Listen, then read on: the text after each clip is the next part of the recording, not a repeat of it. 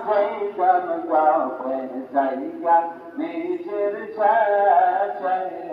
আল্লাহ আল্লাহ আল্লাহ আল্লাহ আল্লাহ